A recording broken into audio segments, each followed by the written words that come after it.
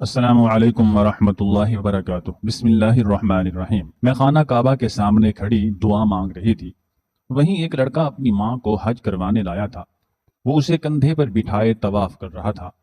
تبھی وہ عورت اونچی آواز میں دعا کرنے لگی کہ جلد ہی میرا بیٹا مر جائے۔ میں یہ سن کر کانپ گئی۔ اس عورت سے پوچھا کہ تم اپنے بیٹے کے لیے بد دعا کیوں کر رہی ہو؟ تو اس نے جو کچھ مجھے بتایا اس نے میرے پاؤں تلے سے زمین نکال دی، کیونکہ اس کا بیٹا تو دراصل ہر سال کی طرح اس سال بھی حج کے لیے جانے والے لوگوں کا بہت زیادہ رش لگا ہوا تھا۔ ہر طرف لوگوں کا ہجوم ہی ہجوم نظر آ رہا تھا۔ جہاں تک نگاہ دوڑاؤ وہاں لوگ ہی لوگ نظر آتے تھے۔ کبھی کبھی میں سوچتی تھی کہ حج بھی کتنی خوبصورت عبادت ہے۔ دنیا کے تمام امیر غریب کالے گورے غرض ہر ایک میں فرق ختم کر کے رکھ دیتا ہے، اور تمام لوگوں کو ایک ہی جگہ پر ایک ساتھ کھڑے ہونے کا موقع دیتا ہے، جس سے اس بات کا اندازہ ہوتا ہے کہ اللہ کے نزدیک ہر انسان برابر ہے، چاہے وہ امیر ہو یا غریب، کالا ہو یا گورا، بادشاہ ہو یا پھر فقیر، سب اللہ کے نزدیک برابر ہیں۔ اور حج جیسے فریضے کو انجام دیتے ہوئے سب کے سب ایک ساتھ کھڑے ہو جاتے ہیں۔ مجھے بھی کئی سالوں سے حج پر جانے کا شوق تھا۔ دل تڑپتا تھا کہ کم موقع ملے اور میں حج کے لیے جاؤں، لیکن وہاں تک جانے کے لیے میرے پاس اتنے وسائل نہیں تھے۔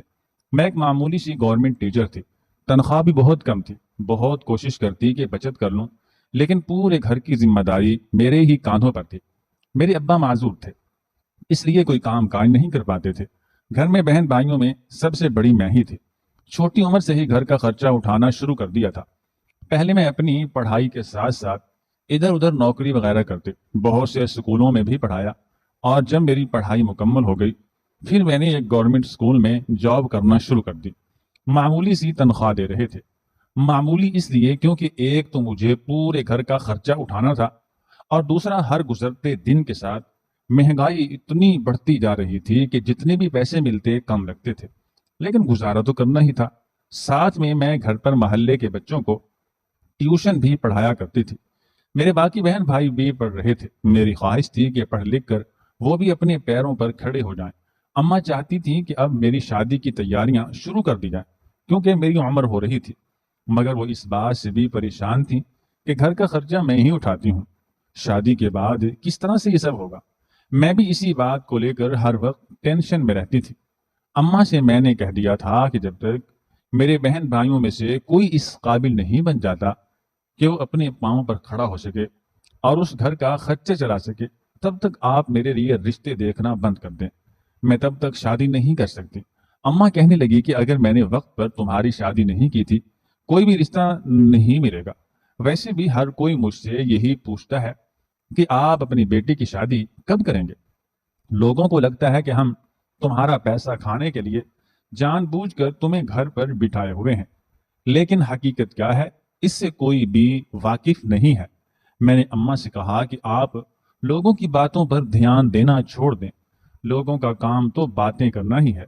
کوئی بھی کبھی بھی ہماری مدد کے لیے آگے نہیں بڑھا ہے۔ میرا گھر میری ذمہ داری ہے، اور آپ سب کوئی غیر نہیں ہیں، میرے اپنے تو ہیں، تو میں آپ سب کے اوپر بوجھ کیسے ہوں، اور آپ لوگ میرا فائدہ کیسے اٹھا سکتے ہیں۔ آپ لوگوں کی باتوں کو مت سنا کریں۔ مجھے خوشی ملتی ہے اپنے گھر کا خرچہ اٹھا کر اور اپنے گھر کے لیے محنت کر کے۔ دوسروں کو ہمارے گھر کے حالات کبھی بھی سمجھ میں نہیں آ سکتے۔ جب تک ابا ٹھیک تھے تب تک تو وہ اچھے سے گھر چلا رہے تھے نا۔ میرے سمجھانے پر اماں نے کہا کہ ٹھیک ہے، لیکن تمہارے لیے رشتے تو ڈھونڈنا ہی پڑیں گے۔ ابھی منگنی کر دیتے ہیں اور بعد میں شادی کر دیں گے۔ میں نے اماں سے کہا کہ کوئی بھی اتنی دیر انتظار نہیں کرتا ہے، آپ پریشان نہ ہوں، جب شادی ہونی ہوگی اس وقت ہو جائے گی۔ ہو سکتا ہے کہ ابھی شادی ہونا میرے حق میں بہتر نہ ہو۔ میں نے اماں کو تو کسی نہ کسی طرح سے منا لیا تھا، لیکن محلے اور دیگر لوگ جو مجھے جانتے تھے جہاں پہ مجھے دیکھتے اسی موضوع کو لے کر بیٹھ جاتے تھے۔ اگلے سال میں پوری 25 سال کی ہونے والی تھی اور اب تک میری شادی نہیں ہوئی تھی۔ لوگ اسی بات کو لے کر ایسے پریشان ہو رہے تھے جیسے اس دنیا میں اور کوئی مسئلہ ہی نہ رہا ہو۔ پہلے تو میں لوگوں کی باتوں پر کچھ بھی نہیں کہتی تھی، پھر میں نے بحث کرنا شروع کر دی۔ آہستہ آہستہ مجھے ان کی عادت پڑ گئی اور میں آگے سے صرف مسکرا دیتی۔ مجھے یہ سمجھ نہیں آتی تھی کہ سب لوگ شادی کو عمر سے کیوں مشروط کرتے ہیں، حالانکہ شادی کوئی بچوں کا کھیل نہیں ہے۔ ویسے بھی میرا ماننا تھا کہ ہمارے معاشرے میں شادی اس لیے نہیں کروائی جاتی کہ یہ ایک سنت ہے، بلکہ اس لیے کروائی جاتی ہے کہ یہ ایک رسم ہے۔ واقعی میں ہم نے اسے رسم بنا کر رکھ دیا ہے۔ اگر ہم اسے سنت سمجھ کر ہی کرتے تو ساری غیر شرعی حرکتیں اور رسمیں ہم اپنی شادیوں میں نہ کرتے۔ یہ ایک ایسی کڑوی حقیقت ہے جسے سن کر کوئی بھی برداشت نہیں کر پاتا۔ آج کل شادیوں میں تو ناچ گانا ہونا عام سی بات ہو گئی ہے۔ لگتا ہی نہیں ہے کہ ہم مسلمان ہیں اور شادی ہمارے دین میں ایک سنت ہے۔ لوگوں کے دوہرے معیار دیکھ دیکھ کر تو میرا دل ہی ڈوب گیا تھا، اس لیے میں کسی سے زیادہ بات چیت بھی نہیں کرتی تھی، نہ ہی اپنے گھر کے مسائل وغیرہ کسی سے شیئر کرتی تھی۔ جو بھی بات ہوتی تھی اپنے تک رکھتی تھی اور اپنے ہر مسئلے کو خود ہی حل کرنے کی کوشش کرتی تھی۔ باقی سب تو میری زندگی میں ٹھیک ہی چل رہا تھا، لیکن اماں کی پریشانی وہیں کی وہیں تھی۔ اب بھی وہ مجھے کہتی تھی کہ کم سے کم منگنی ہی کر لو، پھر شادی کر لینا، مگر میں نے منع کر دیا۔ میرا سارا دھیان اپنے بہن بھائیوں کے مستقبل کو بہتر بنانے پر تھا۔ لیکن پھر ایک دن اماں نے مجھے اپنے پاس بٹھایا اور کہا کہ دیکھو بیٹا، میں تمہارے لیے اب رشتے ڈھونڈنا شروع کر رہی ہوں، اب تم مجھے مزید انکار نہیں کر سکتی۔ یہ کہہ کر انہوں نے رشتے کروانے والی کو فون کیا اور اس سے کہا کہ اب میری بیٹی کے لیے رشتے ڈھونڈنا شروع کر دو۔ بہت سے رشتے دیکھنے کے بعد اماں کو ایک رشتہ سمجھ میں آیا تھا، تو اماں نے انہیں ہمارے گھر پر بلا لیا۔ وہ اکیلا آدمی تھا، اس کے ماں باپ نہیں تھے، اکیلا ہی رہتا تھا اور اب شادی کے لیے لڑکی تلاش کر رہا تھا۔ اماں نے اس کے سامنے اپنے حالات صاف صاف بتا دیے اور کہا کہ ہماری بیٹی ہی اس گھر کا خرچہ چلاتی ہے، یا تو تم ابھی منگنی کر لو اور کچھ سال بعد شادی کر لینا، جب تک میرے کوئی اور بچے کمانے کے قابل ہو جائیں، یا پھر اسے شادی کے بعد بھی نوکری کی اجازت دے دو تاکہ وہ ہمارے گھر کا خرچہ اٹھا سکے۔ دیکھو بیٹا، تمہیں یہ بات بہت ہی عجیب لگ رہی ہوگی اور تمہیں لگ رہا ہوگا کہ ہم اپنی بیٹی کی کمائی کھانا چاہتے ہیں، لیکن ایسا نہیں ہے۔ میرے شوہر معذور ہیں اور مجھے بھی کوئی ہنر نہیں آتا، بچے چھوٹے ہیں، ہم میں سے کوئی بھی کما نہیں سکتا، میری بیٹی ہی ہے جو کما رہی ہے۔ وہ انسان بہت ہی اچھا لگ رہا تھا۔ اس نے اماں سے کہا کہ آپ فکر مت کریں، بلکہ میں خود بھی آپ لوگوں کی مدد کیا کروں گا۔ جو اماں نے اس رشتے کو پسند کر کے رشتہ بھی پکا کر دیا۔ مجھے بھی وہ رشتہ پسند آیا تھا۔ ایک دو بار میں نے اس سے بات بھی کی، وہ بہت ہی سلجھے ہوئے انسان لگ رہے تھے۔ جو ہماری شادی کی تاریخ بھی پکی کر دی گئی۔ 2 مہینے بعد ہی ہماری شادی تھی۔ اتنی جلدی ایسا ہوا تھا کہ مجھے یقین ہی نہیں آ رہا تھا۔ شادی ہو جانے کے بعد بھی میں نوکری کرتی تھی اور گھر پر پیسے بھجواتی تھی۔ میرے شوہر نے کبھی بھی اس بات پر اعتراض نہیں کیا تھا، بلکہ کبھی کبھی تو وہ میری مدد بھی کر دیا کرتے تھے، اور اس طرح سے مدد کرتے تھے کہ مجھے محسوس بھی نہیں ہوتا تھا۔ ان کی اچھائیوں کی تو میں گرویدہ ہو گئی تھی۔ شادی کے بعد وہ مجھے کچھ دن کے لیے گھمانے بھی لے گئے تھے۔ زندگی میں اتنی مصروفیت رہی تھی کہ کبھی بھی اپنے لیے وقت نہیں نکالا تھا، اور نہ ہی کہیں گھومنے گئی تھی، نہ تو اسکول ٹرپ پر نہ ہی کالج ٹرپ پر۔ پہلی بار اپنے شوہر کے ساتھ ہی گھومنے کے لیے گئی تھی۔ وہ مجھے شمالی علاقہ جات میں لے گئے تھے۔ وہاں کی خوبصورتی دیکھ کر تو میں دنگ رہ گئی تھی۔ اتنے خوبصورت علاقے بھی ہمارے ملک میں موجود ہیں۔ مجھے ویسے بھی اپنے وطن سے، اپنے دیش سے، اپنے ملک سے بہت محبت تھی۔ مجھے تو ان لوگوں پر حیرت ہوتی تھی جو اپنے ہی وطن کو چھوڑ کر چلے جاتے تھے۔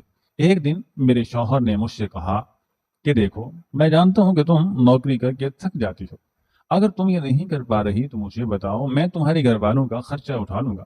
میں نے اپنے شوہر کو محبت سے دیکھا اور ان سے کہا کہ دیکھیں، آپ کی بات میں سمجھتی ہوں اور یہ بھی جانتی ہوں کہ آپ کو میرا خیال ہے، لیکن وہ میرے گھر والے ہیں اور اماں کو یہ بات بالکل بھی اچھی نہیں لگے گی کہ آپ ان کا خرچہ اٹھائیں۔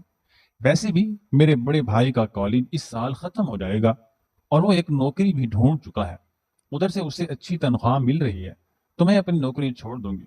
میرے بھائی نے خود مجھ سے یہ بات کہی ہے۔ میرے شوہر یہ سن کر خوش ہو گئے اور کہنے لگے کہ یہ اچھی بات ہے، ورنہ تمہاری اماں بھی ہمیشہ اس بات پر پریشان رہتی ہیں کہ تم کما کما کر دے رہی ہو، لیکن مجھے تم سے حد سے زیادہ پیار ہے۔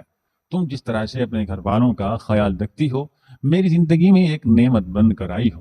اپنے شوہر کی محبت پر تو میری آنکھیں بھیگ گئیں۔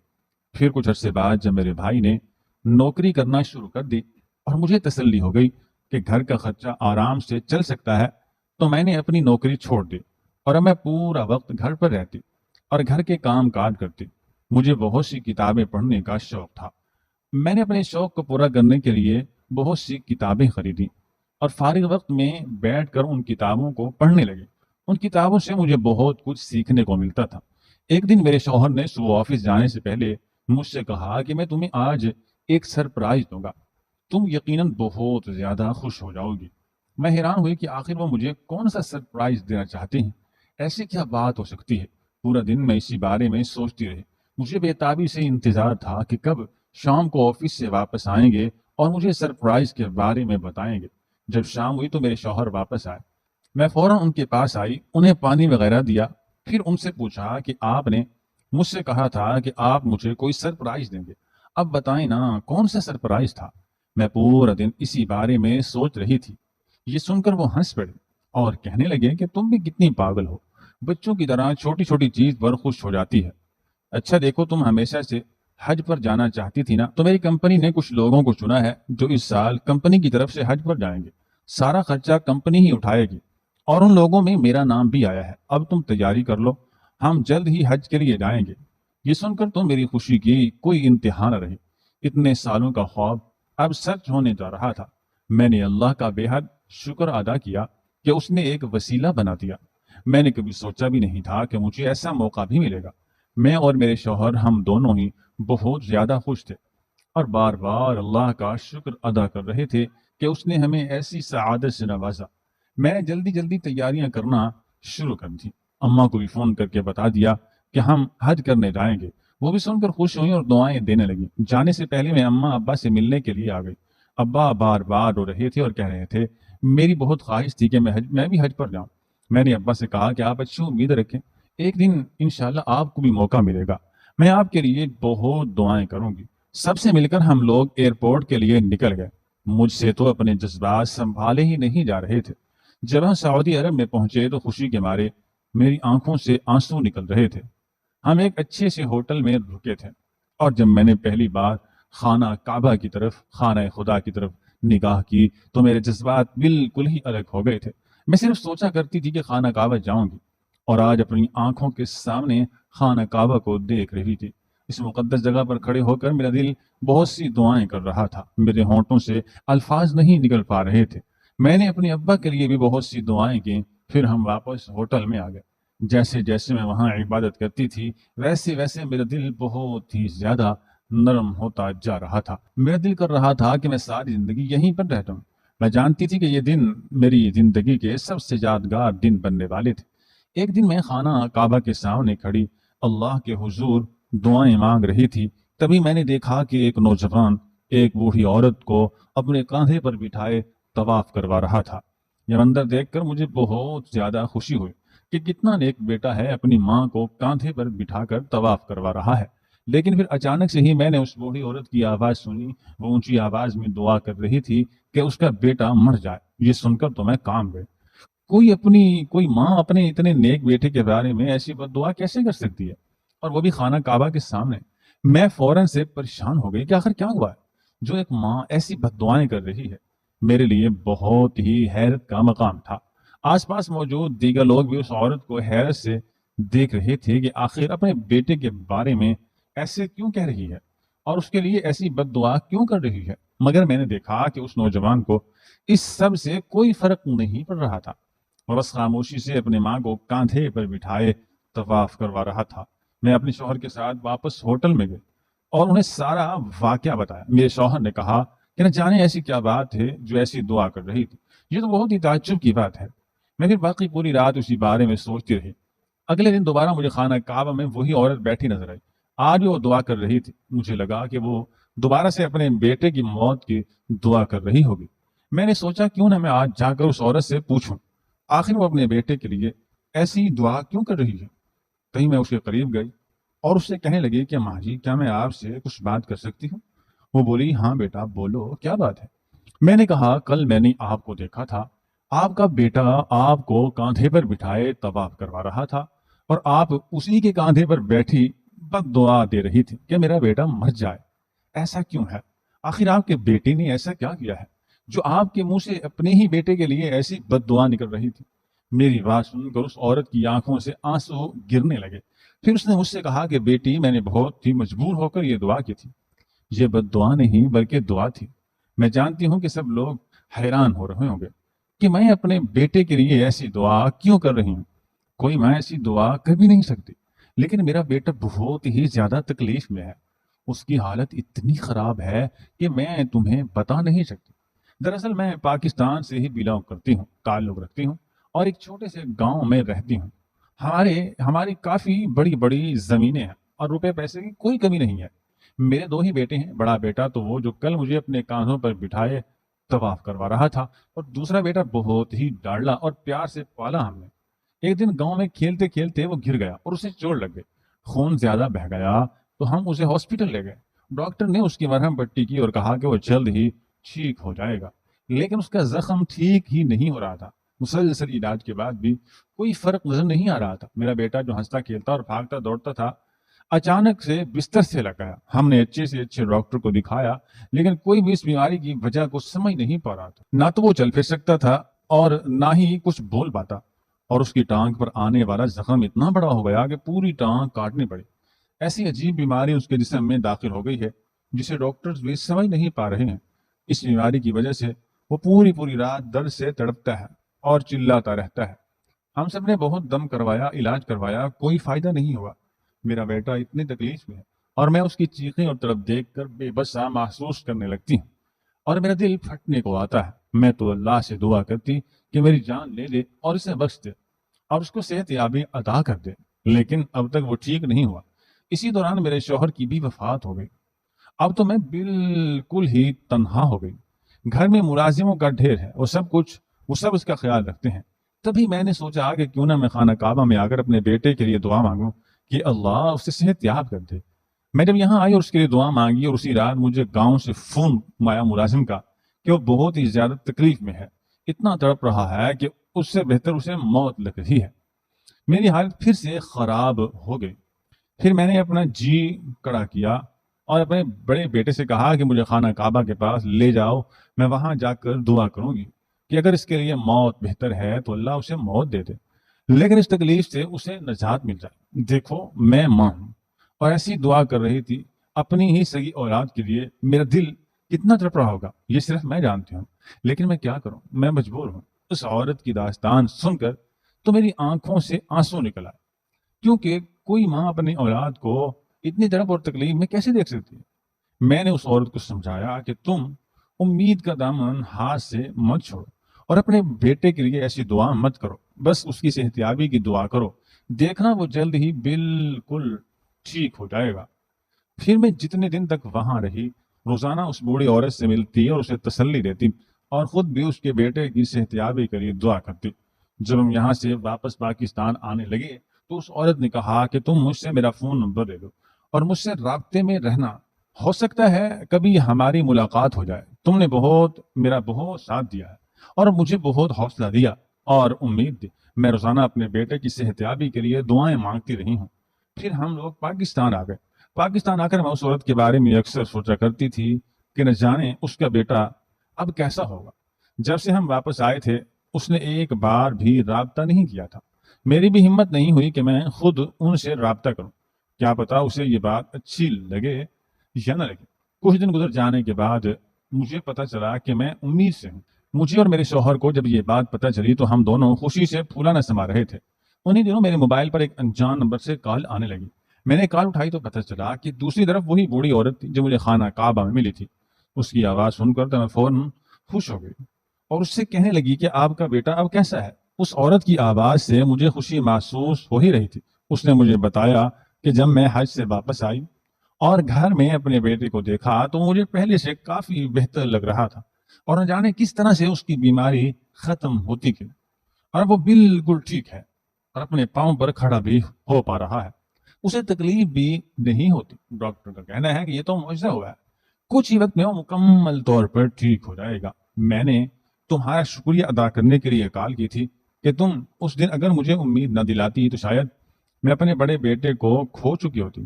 اس کی بات سن کر میں نے کہا ایسی کوئی بات نہیں ہے، ہمیں کبھی بھی مایوس نہیں ہونا چاہیے اور اللہ سے ہمیشہ اچھے کی امید کرنی چاہیے۔ یہ کہہ کر میں نے فون رکھ دیا اور بیٹھ کر سوچنے لگی کہ کبھی کبھی ہم انسان کتنے مایوس ہو جاتے ہیں اور خود کو بہت ہی بے بس محسوس کرنے لگتے ہیں۔ اگر ایسے وقت میں ہم اللہ پر بھروسہ رکھیں تو کوئی نہ کوئی معجزہ ضرور ہوتا ہے۔ جب میرے شوہر گھر واپس آئے تو میں نے انہیں سارا واقعہ بتایا اور کہا کہ اس بوڑھی عورت کی کال آئی تھی، اب اس کا بیٹا بالکل صحیح اور صحت یاب ہو گیا ہے، اس نے ہمیں گھر پر دعوت پر بلایا ہے، کچھ دن میں ہم اس کے گھر جا کر اس سے ملیں گے، کیونکہ دعوت سے انکار کرنا غلط بات ہوتی ہے۔ میرے شوہر بھی راضی ہو گئے۔ پھر کچھ دن بعد ہم اس عورت کے گاؤں گئے، ان کی بہت بڑی حویلی بنی ہوئی تھی، وہ ہمارے استقبال کے لیے دروازے پر پہلے سے کھڑی تھی، اس نے مجھے اتنے پیار سے مدعو کیا تھا کہ میں منع نہ کر سکی۔ ہماری یہ ملاقات بہت ہی اچھی رہی۔ اب اکثر ہم اس سے ملنے گاؤں جاتے رہتے ہیں۔ اپنی زندگی میں نے ایک سبق سیکھا کہ جہاں اچھے لوگ ہوتے ہیں وہاں برے بھی ہوتے ہیں، اور لازم نہیں ہے کہ ہر انسان بہت ہی زیادہ اچھا اور معصوم ہو، یا پھر کوئی انسان بہت ہی زیادہ برا ہو، کیونکہ اچھائی اور برائی ہر انسان کے اندر ہوتی ہے، اور یہ ایک انسان کے اوپر منحصر ہوتا ہے کہ وہ اپنے اندر کی کہانی کو زیادہ باہر لائے یا پھر اپنے اندر کی برائی کو یہ وہ اپنی مرضی سے منتخب کرتا ہے، اور پھر اس کا عکس بھی ایسا ہی نظر آتا ہے۔